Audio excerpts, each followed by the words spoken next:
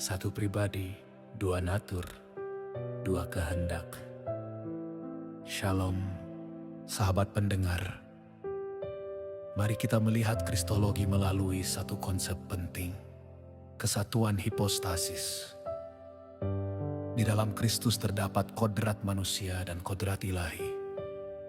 Kristus sungguh memiliki kodrat manusia, karena itu ia memiliki kehendak insani.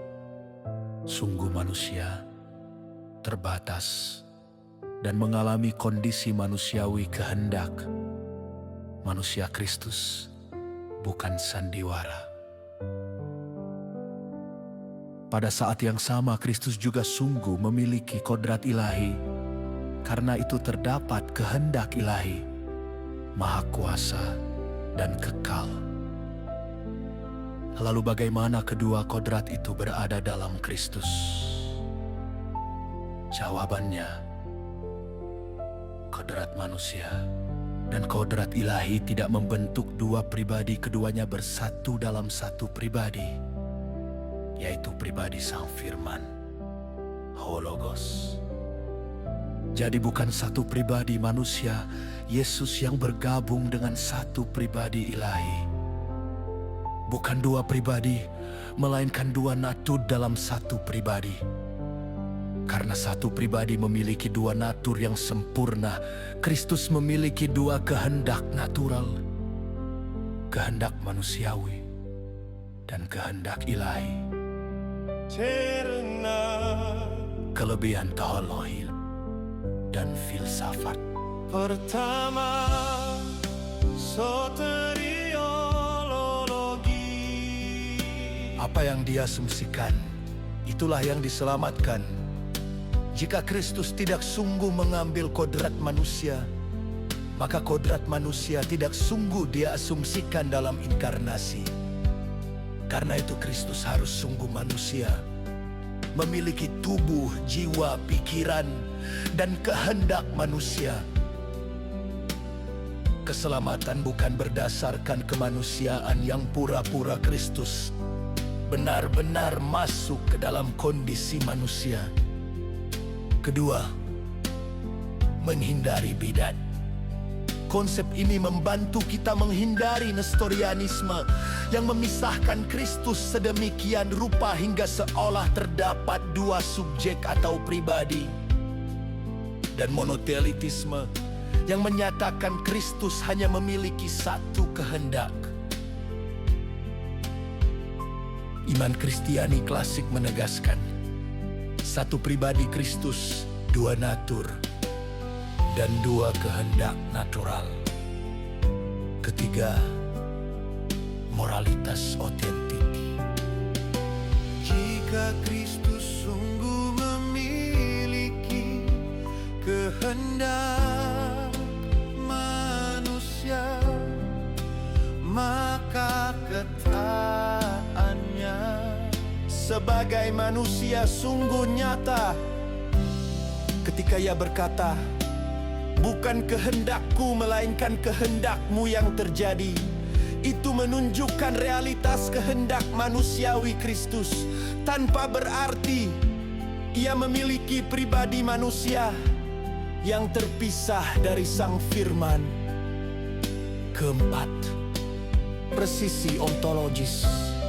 Ousia atau natur menjawab apa? Hipostasis atau pribadi menjawab siapa? Apa Kristus? Sungguh Allah dan sungguh manusia. Siapa Kristus? Satu pribadi, yaitu Sang Firman, Hologos. Jalannya.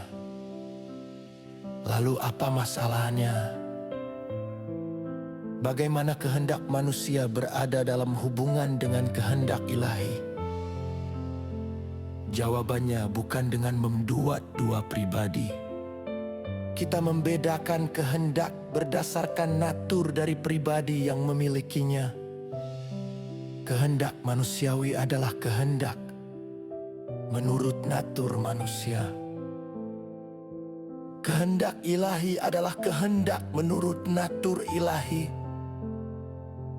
namun subjek yang memiliki dan menjalankan keduanya tetap satu. Sang Firman. Filsafat modern mungkin bertanya, bagaimana satu pribadi dapat memiliki dua kehendak? Kristologi klasik tidak mengatakan dua kehendak berarti dua pribadi. Sebaliknya, dua natur menghasilkan dua kehendak natural. Satu hipostasis berarti satu subjek atau agen pribadi. Kehendak manusia Kristus tidak berubah menjadi kehendak ilahi, dan kehendak ilahi tidak berubah menjadi kehendak manusia. Keduanya tetap berbeda sesuai natur masing-masing, namun berada dalam satu pribadi Sang Firman. Inti sauruh pembahasan.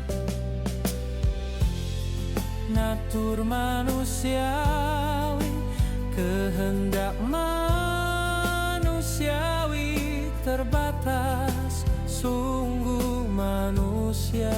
Natur ilahi, kehendak ilahi, maha kuasa,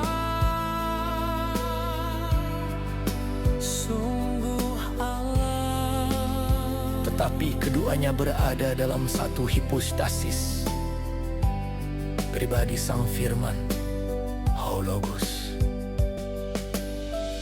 Jangan mengatakan ada pribadi manusia Yesus ditambah pribadi ilahi Sang Firman. Yang benar dalam Kristologi Kalsedonian, pribadi Sang Firman mengambil natur manusia.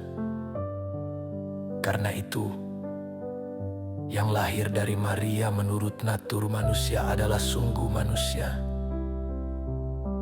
Tetapi pribadi yang lahir itu bukan pribadi manusia baru, melainkan pribadi Sang Firman yang berinkarnasi. Inilah dasar penting untuk memahami anhipostasia dan inhipostasia.